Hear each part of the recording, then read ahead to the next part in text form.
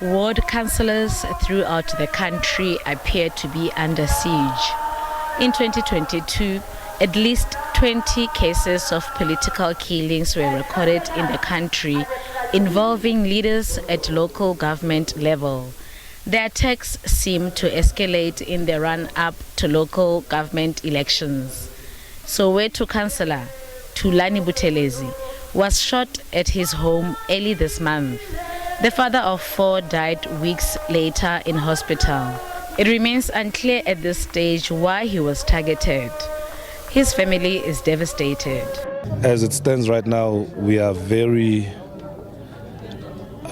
devastated to have lost him the way we lost him.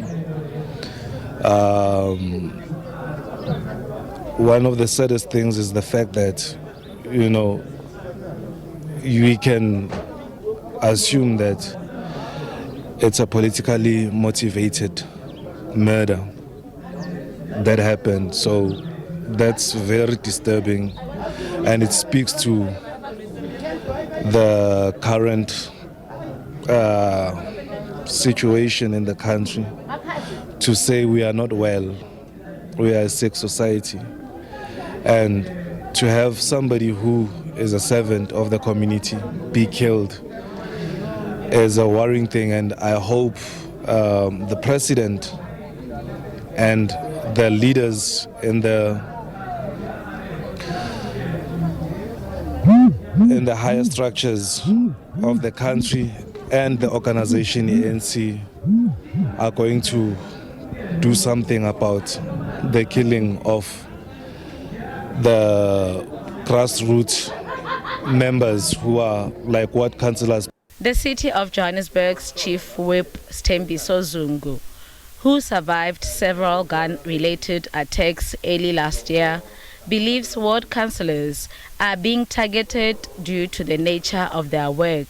We have issues in terms of projects in Johannesburg, where there's a belief that councillors are in charge of projects, and if someone does not get a chance to work in that project, the councillor becomes a target because they believe that the councillor might have influenced otherwise.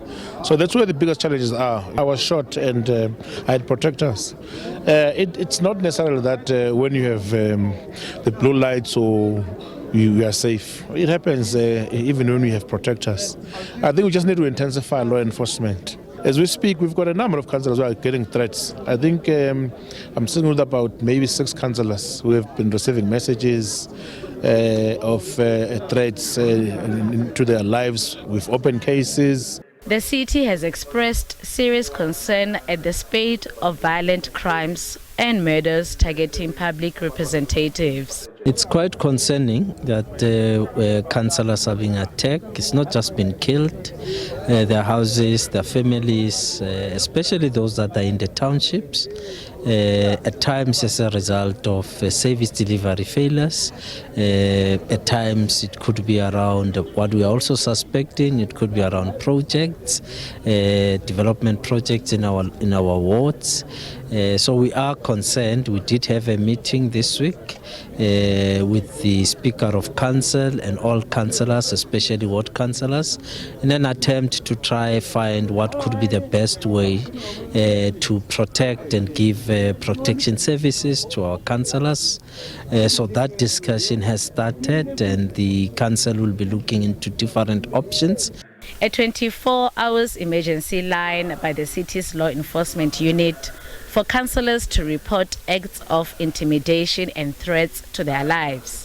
The JMPD is fully committed to ensuring the safety of all councillors. Commissioner Chaka has reaffirmed the department's unwavering commitment to this cause, pledging to establish clear lines of communication and provide all necessary support to elected public representatives facing concerns. As part of the resolutions taken during the meeting, the JMPD will play an integral role in the review of councillor safety policy and the development of a standard operating procedure, which will clearly define the role of every relevant stakeholder. Furthermore, the JMPD has committed to providing officers to assist councillors when needed, the establishment of a dedicated emergency number specifically for councillors to report incidents of intimidation.